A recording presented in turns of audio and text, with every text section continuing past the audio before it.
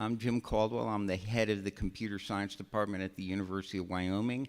And I'd like to start off by saying welcome to Wyoming.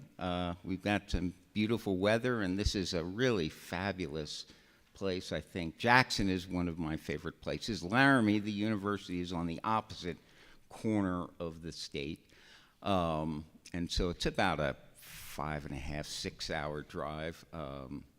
So some of us drove up from Laramie, and other people came from all over, and thank you so much for coming.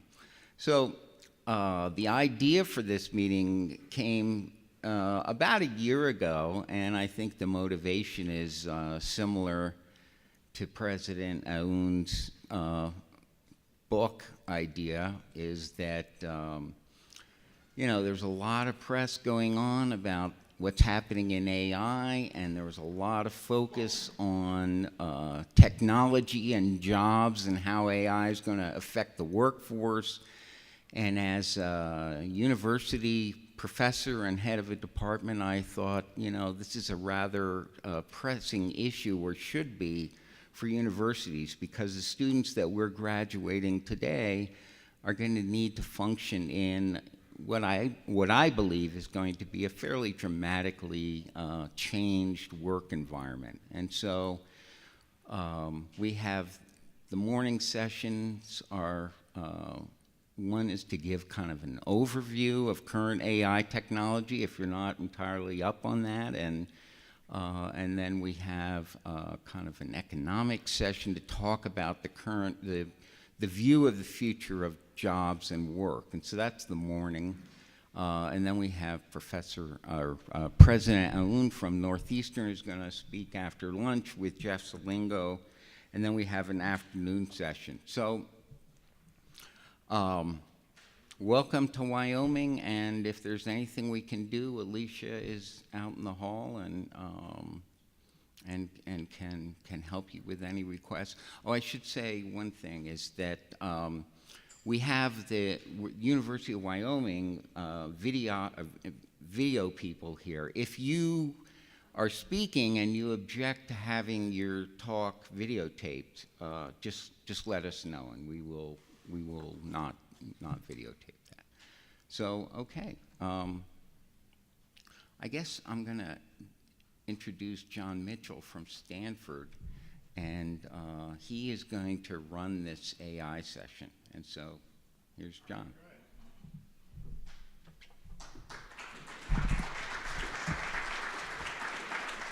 Yeah, thank you. That's for Jim, no doubt. Not.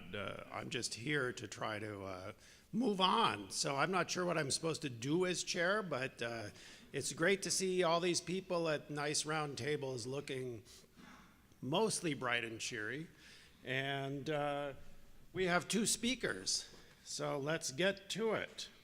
I've known Bart for about 30 years, and I feel like I've introduced him every 5, and we haven't seen each other for the intervening 4. So that's where we are today. But I'm sure he has something great to say, just like all the other times. So go for it.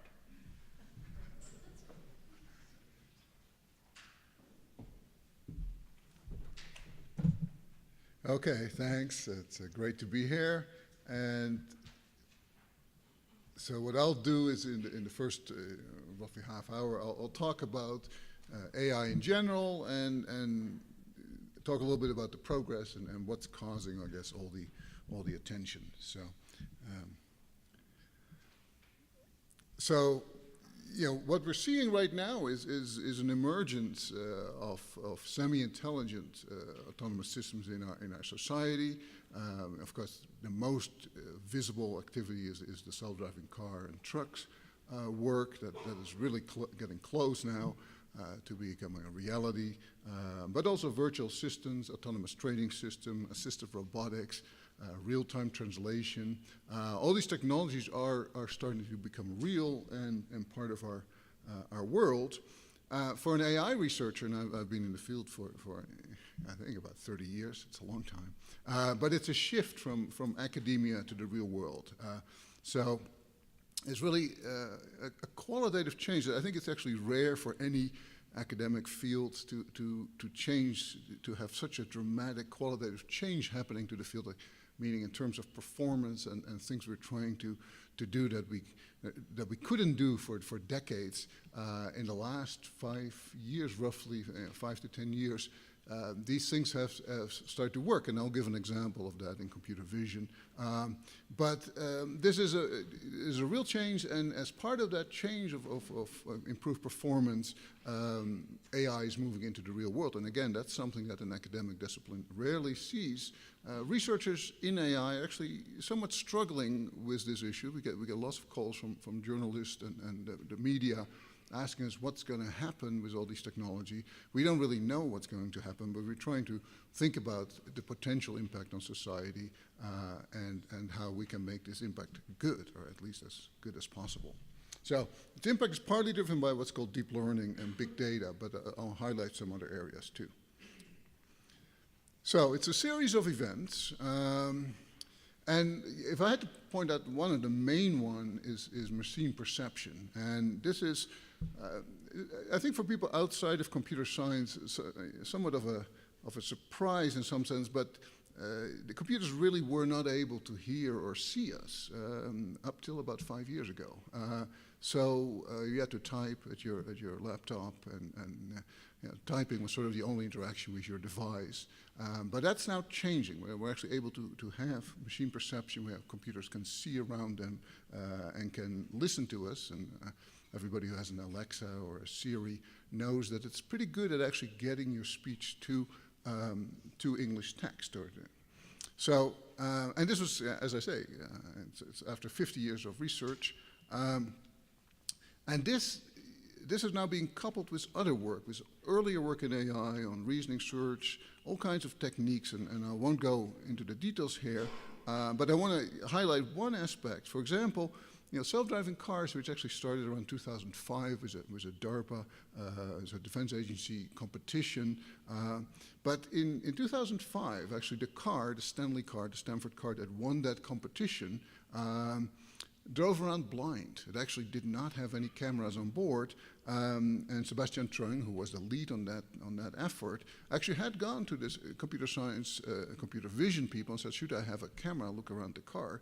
And they told him, no, that's not going to work. So skip that. So how was that car actually driving around? Well, it used GPS, and it used a form of LiDAR, which is a form of radar that can detect objects, sort of avoid collisions basically by sort of object detection, but not really interpret the scene around it. So that picture has completely flipped. The current Google self-driving car, Uber self-driving car, all these cars are now computer vision driven. They look around the car just like humans can look around the car. Okay. And this computer vision is really going fast. So there's superhuman face recognition. Facebook can recognize faces better than humans. It's actually been done in actual real comparison between groups of humans identifying picture and computer system. Superhuman traffic sign recognition, NVIDIA. For a while it was a question. Well, if we have self-driving cars, can they see traffic signs? Can they see signals of somebody directing traffic or hand signals and things like that? And now we know they can. They actually can recognize traffic signs better than humans. And we'll see it in a moment. Now, I just wanted to take a step back just to get you an idea of what has happened. So and this is a picture from 2005. So on the left is an actual photo, black and white photo. And on the right is what's called a labeling, and this is done by a human looking at this picture and sort of labeling what are coherent objects. So we have the lamp here, and we see it's labeled here all with the same white label basically as one object. And the various objects, there's the camera here that's labeled, are all labeled by hand to have an idea what the objects are in the pictures. And the point is that for a computer vision system, you first have to realize what are the objects before you actually, or where are the objects in the picture, before you actually start saying this is a lamp, this is a book, etc. So you needed to do this labeling. Now this was the state of the art in 2005. So this was computer labeled. And you just look at the lamp. So you know, it's totally broken up, but almost everything is broken up and not quite one continuous object.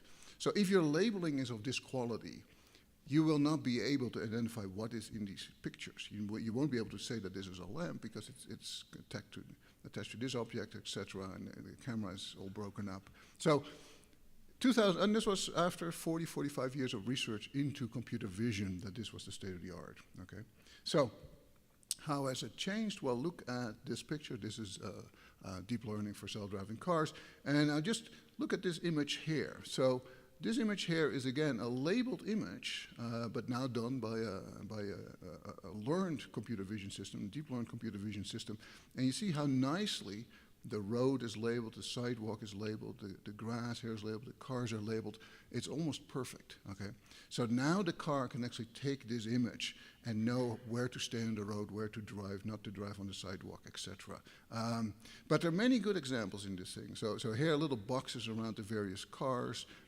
You can't really see this one, but this is basically a pedestrian, a bicyclist labeled and a car putting little boxes around them.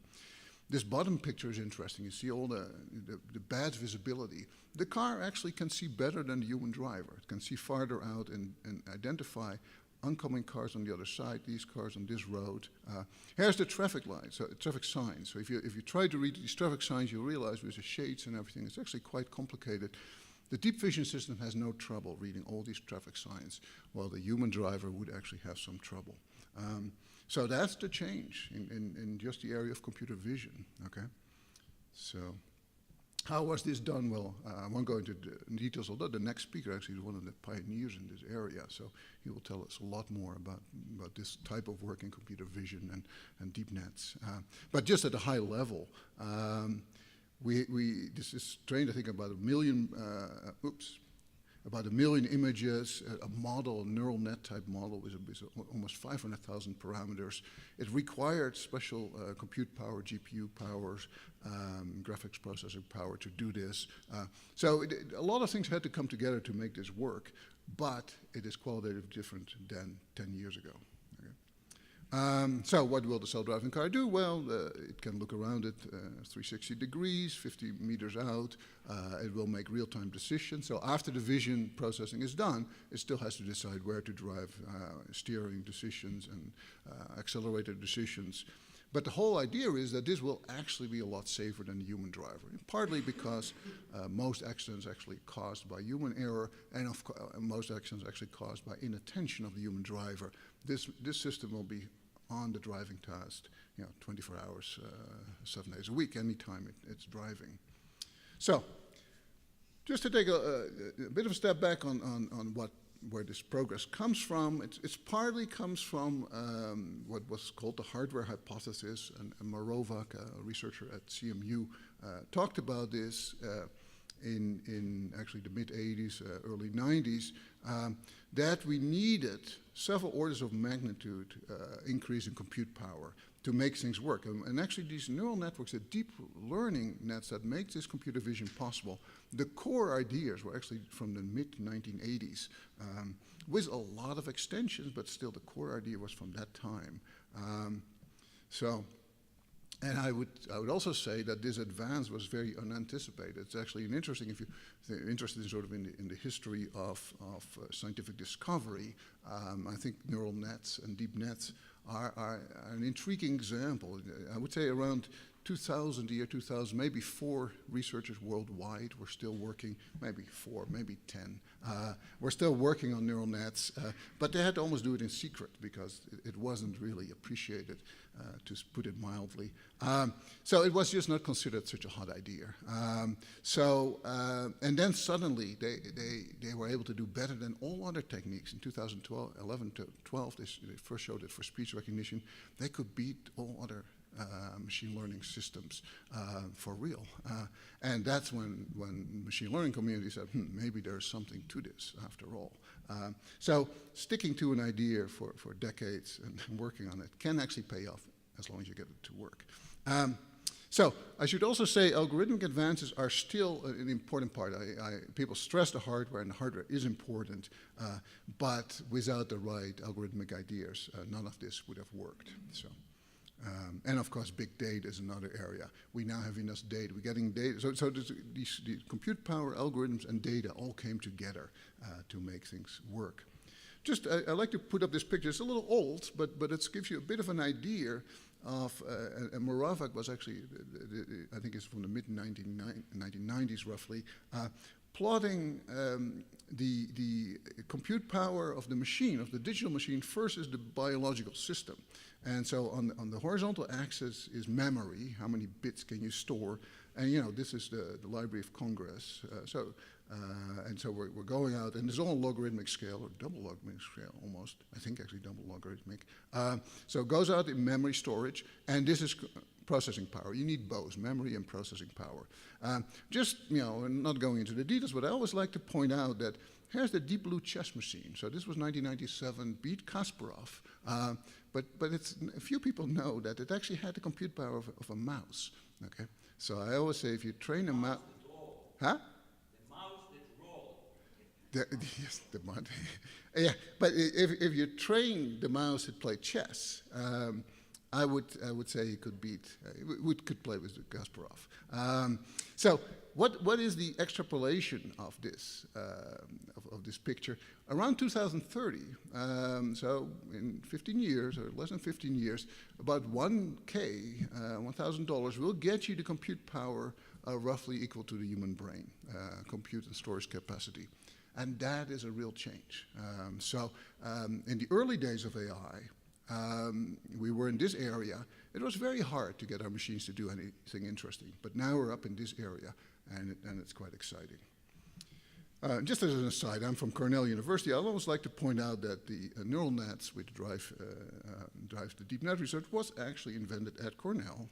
So we have to mention that, 1958. And of course, the patent has long gone, unfortunately. Otherwise, I wouldn't even be here. No. So let's see. So a few other aspects, crowdsource human data, machine need to understand, conceptualize. So one thing, what we're seeing a lot is even for computer vision, we want the computers to be able to see like us. So we actually have to train the computers with data from humans. So they're actually humans labeling images. This is nowadays it's on Crowdsourced, Mechanical Turk, Amazon Mechanical Turk is used, but also companies have large groups of people that they recruit and have them label images. The self-driving car, the computer vision systems are labeled by people actually labeling endless hours of videos taken from cars. Of course, once they're labeled, they can be used to train systems, and after a while, you don't need to label data anymore, but initially you need that. Large engineering teams. This is another development that is new to AI. For example, IBM's Watson system that beat the Jeopardy, became a Jeopardy world champion, or beat the best Jeopardy players, was really an engineering effort. It is not a deep learning effort, actually. It was an effort that took many existing techniques from AI and natural language understanding and built this Jeopardy system. But it took about the team was about 50 engineers at IBM, about 3 years to make that to work. But once you throw large engineering teams at these tasks, you can make remarkable systems.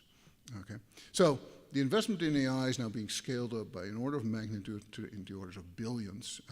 So now we're actually investing more in development in AI this year than the whole history, 60 years of history of academic research.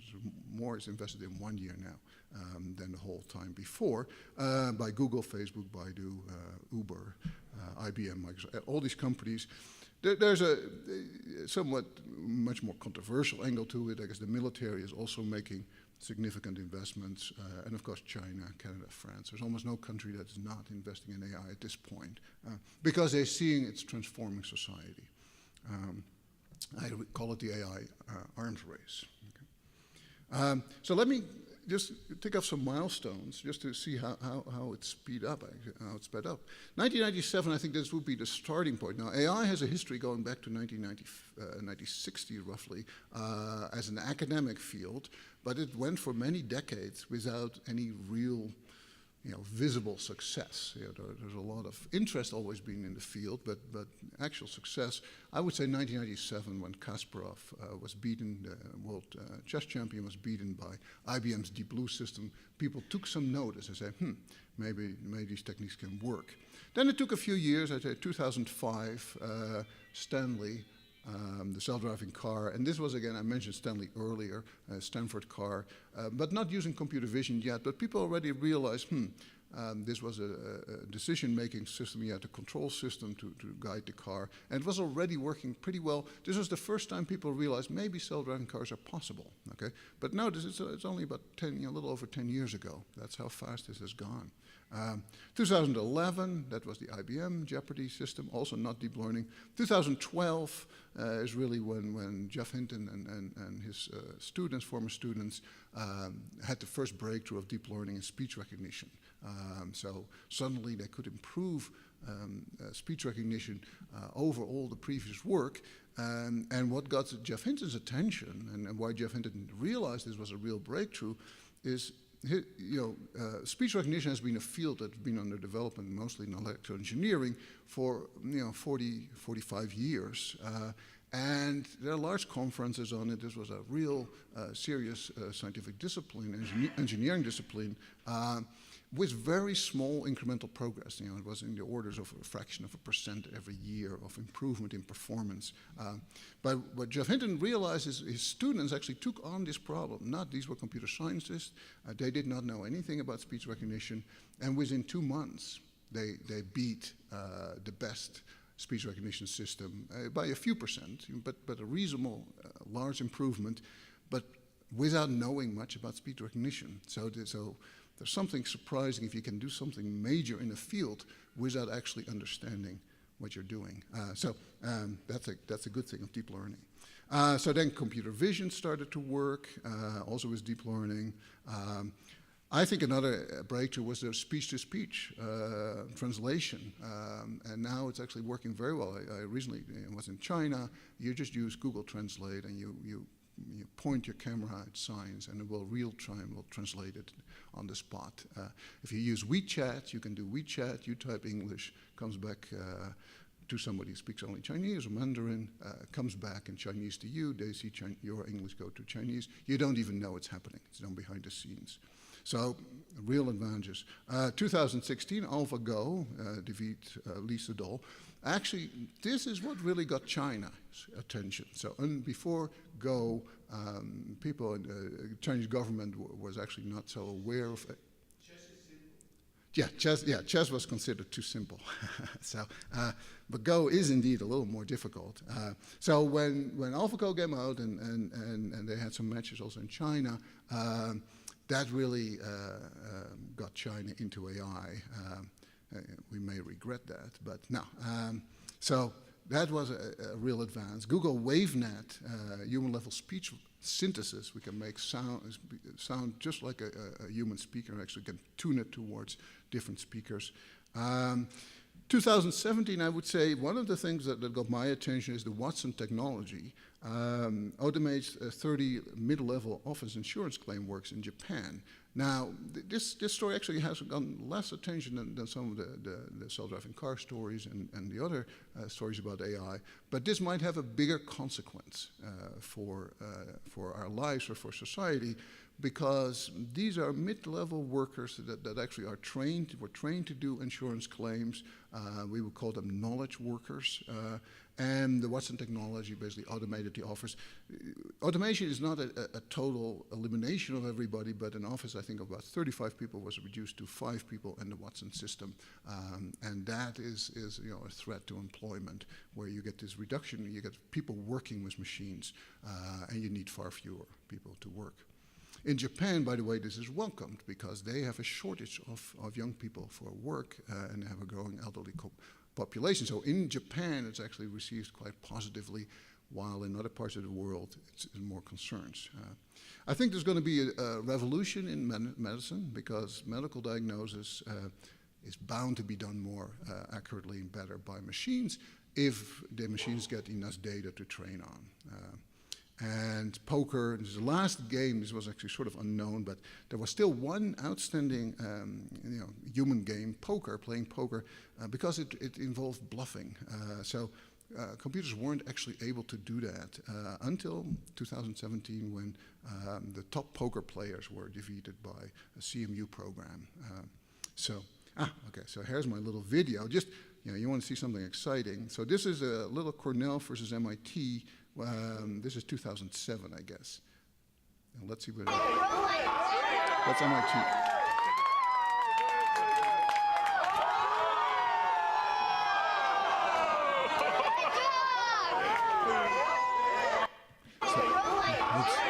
So that's the first self-driving car accident between two self-driving cars, and it was MIT's fault. Now, I think we were both eliminated. I don't one of us could have won this whole thing if we hadn't got into a collision. Okay, what's the next phase? Further integration of techniques. I think combining learning, inference, and planning. So getting perception to work. A lot of other AI had developed quite far, but without perception, you couldn't really observe the world around you. They couldn't really make systems autonomous. Even for something like simple as customer assistance, customer service over the phone, you need to have good speech recognition. So good perceptual input was essential, but now we see that coupled with other techniques. And AlphaGo, although it's generally featured as a triumph in deep learning, but it actually used also some more traditional search techniques to really train on and really be able to learn well. So these traditional search techniques were important. So it's that integration of techniques that is now making a real change. I've seen an interesting paper just this year about synthetic chemistry. So it's also changing scientific discovery, where we use the machines to find new materials, to do new synthesis, drug synthesis. All kinds of areas are opening up quickly now. I also want to point out, because I don't want to suggest we can do everything, and actually that's sort of a mistake to think we can do everything. One of the things that we can't do is, or the systems don't have yet, is a deeper understanding of natural language. And that requires much more knowledge. We call it common sense knowledge. And I just want to give you a little example of just one of the weaknesses of the system. So let's look at this sentence. The large ball crashed through the table because it was made of styrofoam. And so when we hear that sentence, and we ask what is the it referring to? Well, it crashed through it. So in this case, and it was made of styrofoam, it must be the table. Okay, so we actually do this kind of reasoning without any thought. So we constantly use the words that refer to other words, and we resolve them when we hear them, and we are not even aware that we do that. So it's super simple. Now, if here's just a variation. If the sentence was being a large ball crashed to the table because it was made of steel, you immediately said, oh, the it must refer to the ball. Okay, so this is something done automatically because we understand the sentence. What I claim now is that the computer really doesn't. So despite all these remarkable achievements and things like Google Translate, the computer actually doesn't do them. And so this is actually a question. People come up and say, well, can't Google figure this out? And the answer is no. Okay. How do we know that? Google doesn't know that. So give it one second thought, everybody. It's actually a clever way to know this. Okay. You go to Google Translate, okay? So in certain languages, like French, you have gender, okay? So I don't go to the details here, but basically, using words with different gender, le vase and la table, you can actually see whether Google gets the it right, Google Translate, and it doesn't, okay? It actually, in this case, I think it makes both references to the vase, while it really should flip around to the table. So you can actually check it, and you can do this with Spanish too, and other languages that have gender, and you see that Google does actually not know what the it translate, it's reversed to, okay? So Google actually does translation, and that's a surprise, is really done without understanding anything about what the sentences are about. Okay. Now, if you had asked a natural language researcher or any researcher in AI, can you do translation without knowing what the sentences are about? People said, no, that can't be true. You have to build up a semantic representation. You have to know what the sentence is about and then translate it. Google Translate and deep learning translation systems showed, no, you don't have to understand it. So now, ultimately, we do want to understand natural language for real, but it's sort of amazing what you can do without understanding. Okay? Now, let me emphasize that common sense is needed for unforeseen cases, and that's sort of one of the challenges in 2 minutes left. Okay. So one of the challenges in self-driving cars, and I'm going to give you. I'm not showing this this video. And I decided not to show it because it ends so badly. But this is a video, this is a Tesla car crash happened in Beijing last year. And there's the Tesla car driving. You see the condition, the smog, it's very hard to see the road. But the unfortunate thing that's going to happen here is there is a street sweeper coming from the other direction, sweeping the road right here. And the Tesla car drives straight into it and kills the driver. And the car doesn't actually take any evasive action. And the reason for that is, for the vision system, that's such an unexpected event that you wouldn't even think that there would be some street sweeper going in the opposite direction of your own of the traffic along the road. Now, how can they have street sweepers like that and not have hundreds of people killed on the roads? Well, humans have some common sense. So basically, if you actually watch the video carefully, you'll see that the other drivers in front of this car all start going to the middle lane. Okay, so the human driver realizes, I don't know what's happening, but I see my drivers in front of me going to the middle lane. I better do that too. And that's apparently what they all do, and then the street sweeper can just go safely on this side. Of course, the Tesla car did not have that level of common sense, and just said, great, I can go faster, go on this side. So that's the kind of corner cases it's almost impossible to train on, because these things are so unexpected. They will not be in the training data, and it requires some common sense to avoid those things. Okay. So I have to wrap up. Okay. So. Okay, so let me, so I have a beautiful slides here on, this is so good. But anyway, this is about some other work. I'm really just going to click through it. On mathematical discovery. So this is not deep learning, but it is reasoning, how machines are helping us in mathematical discovery, and they can see mathematical truths now that humans cannot see. And unfortunately, I can't really do the example. So I'm just going to go to the final slide. But it's an example. Yeah, if I had more time, I would give it. Let me just make this point here. So machines are starting to understand, even in different domains, results that humans can't understand. But human mathematicians can use the results. So I don't give the example here, but it's an example of a 13 gigabyte proof. That is a very long proof, billions of small inference steps. It's the longest known proof in mathematics. It was done in 2015. Can be checked very easily. Everybody agrees it's correct. A human can't really understand it, but they can use the observation that it must be true because it's a verifiable proof and build on it. So we can see a future of human mathematics that gets automated by machine-discovered mathematics. And I actually have sort of a complexity picture here, and this is almost my last slide, where you have, this is the computation complexity classes, and machines, or sorry, humans appear to operate sort of in the lower level of the complexity class, our intelligence. But the new thing that's happening is machines can operate at these higher level of complexities. And and I think the societal issues that will come up are in economics and employment, AI, safety and ethics, military impact, smart weapons, and this possibility of superintelligence where we have to live with the machines, but I think they can actually complement us. Okay, thank you. Yeah.